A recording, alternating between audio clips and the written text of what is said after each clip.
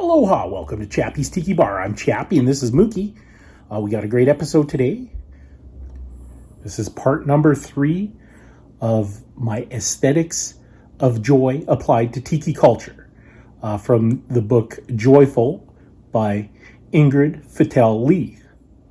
This episode, we're going to dive into the third aesthetic of joy, freedom.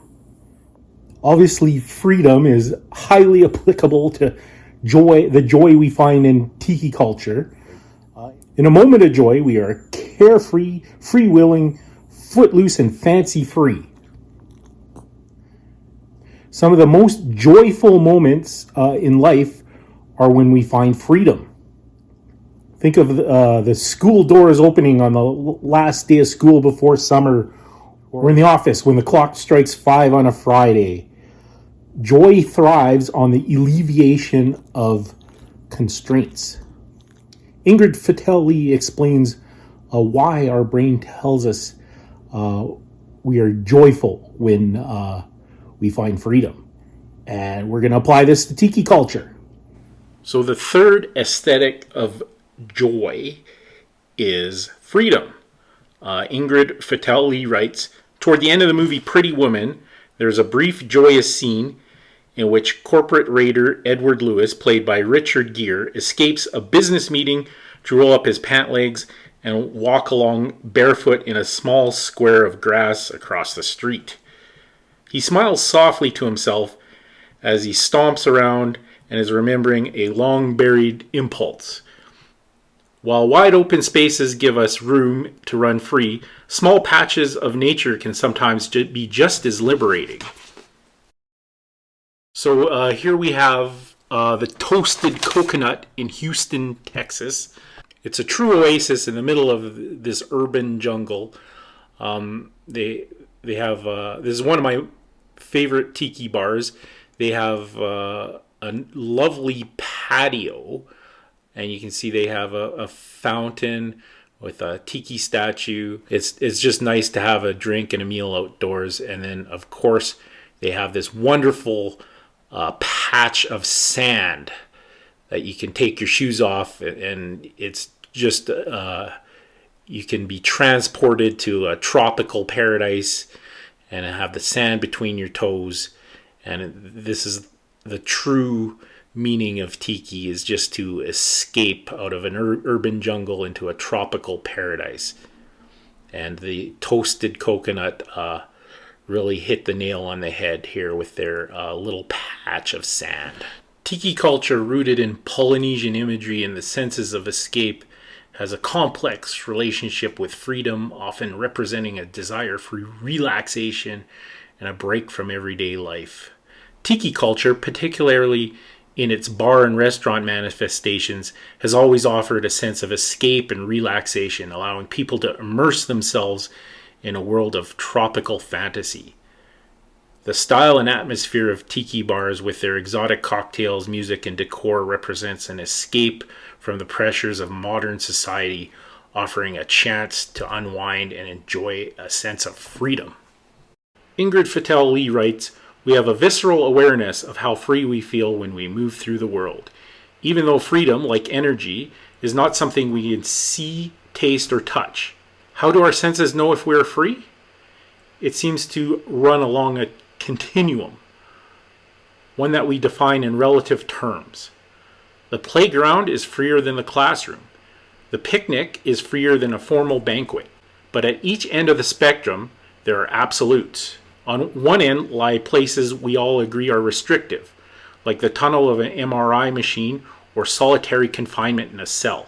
On the other are places that we feel entirely unconstrained. Fields and lakes, parks and beaches. As I thought about it, I realized the most liberating places are, with few exceptions, found in nature. A love of wild sensations like these is a critical part of what biologist E.O. Wilson calls biophilia, the innate attraction humans have towards other living things. Wilson contends that it was adaptive for early humans to take an interest in other organisms, which were more likely than inanimate objects to present opportunities for threat to their survival. Over time, this evolved from a practical interest into a pleasurable one. In 2015, 305 million people visited U.S. national parks. 68% of American households have one or more pets. And Wilson points out that more people visit zoos each year than professional sporting events. According to Wilson, these experiences with plants and animals are an essential part of well-being. A growing body of research supports his claim. Access to nature has been showing to improve sleep quality, decrease blood pressure, and even lengthen lifespan. Large-scale studies conducted in the United States, Britain, and the Netherlands show that people living in a greener area have a lower incidence of anxiety and depression and display an ability to recover from a stressful life than those in less green areas. One possible reason is that spending time in nature decreases blood flow to part of the brain called the subgenual prefrontal cortex, which is associated with the tendency to brood over problems. Natural settings literally make you more carefree. His name, the dolphin, is Chappy. Chappy. Chappy the boy, smell, the 10 years old. Everybody now, put your hands up. Y vamos a decirle, hola, hola Chappy, hello. Hello Chappy. Very good. Hello Chappy. Okay, family. Now, Chappy, we are going to kiss you. It's one by one. Look at me. From the dolphin. Put your face close. And don't touch your hand. Your hand is back. Wait a minute. Good. Only get down. Thank you. Thank you, sir. You stay here. Only down. Watching Joe's. Thank you.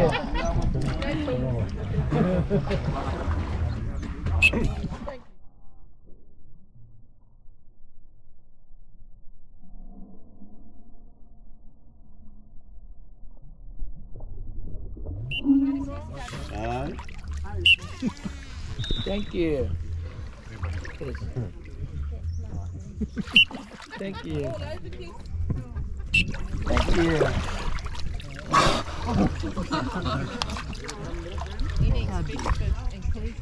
Thank you.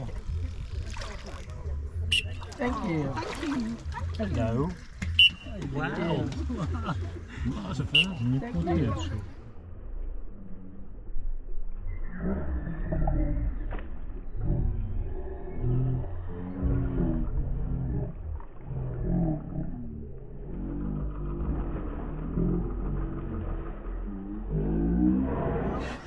You down, my friend? Down?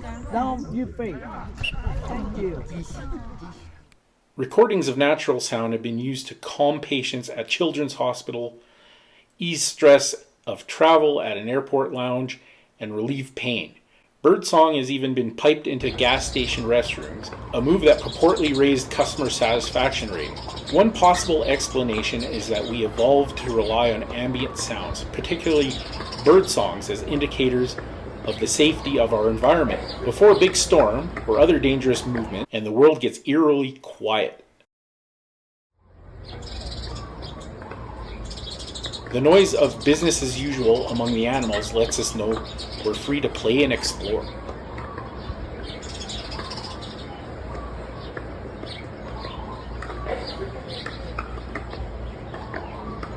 In 1957, Martin Denny covered Les Baxter's Quiet Village with exotic bird calls and a vibraphone instead of strings, which established the sound of Polynesian style music. The song reached number 2 on the Billboard charts in 1959, with Denny's Exotica album reaching number 1. The distinctive sound of Exotica relies on the variety of instruments conga, bongos, Indonesian and Burmese gongs. Additionally, intrinsic to the sound of Exotica are bird calls.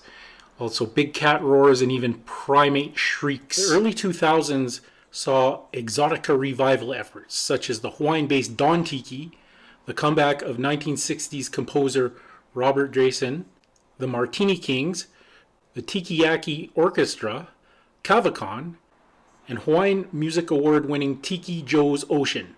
Exotica is a musical genre that was popular during the 1950s and 1960s with Americans who came of age during World War II. The term was coined by Cy Warnaker of Liberty Records. He named it after Martin Denny's album Exotica. The musical colloquialism Exotica, a pseudo-experience of Oceania, Southeast Asian, Hawaiian, and the Amazon basin, as well as the Caribbean and tribal Africa. Denny describes the musical style as a combination of the South Pacific and the Orient, what a lot of people imagine the islands to be like.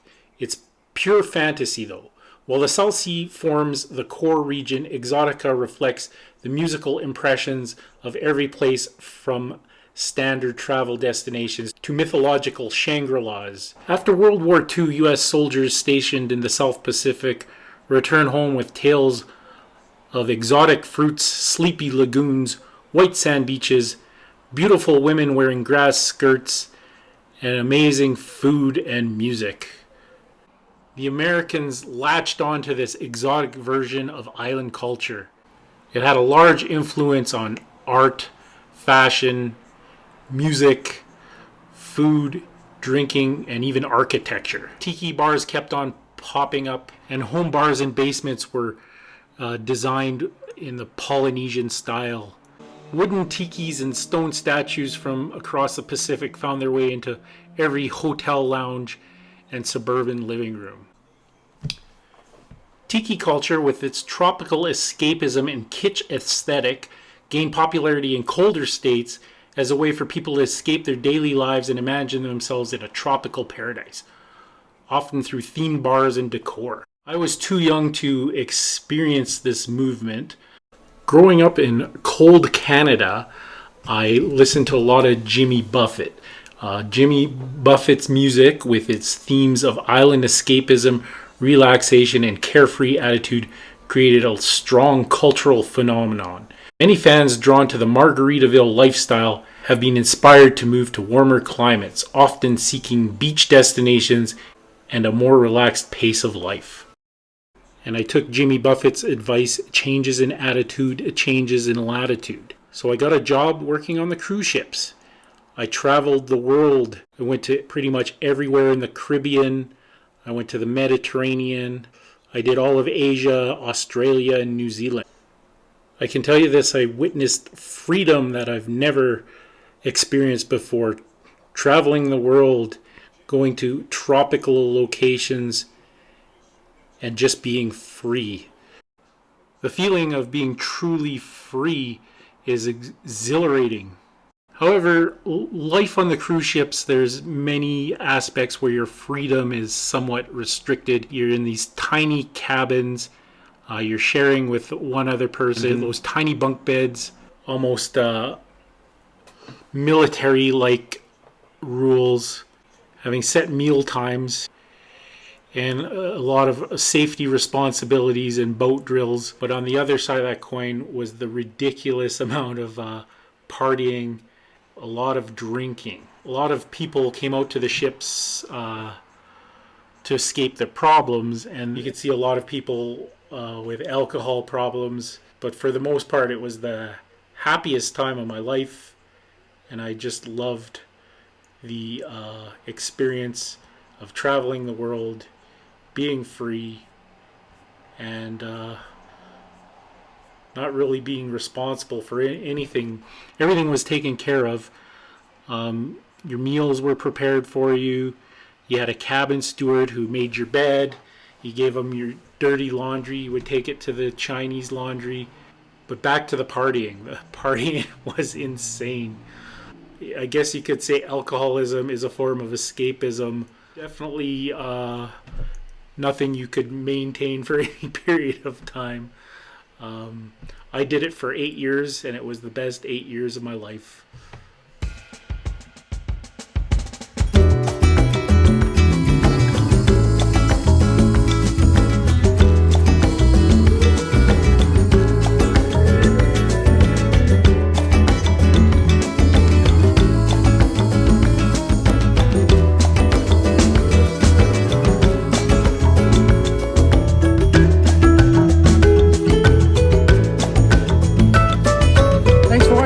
episode of Chappy's Tiki Bar. I'm Chappy, and this is Mookie. Oh, come on, Mookie.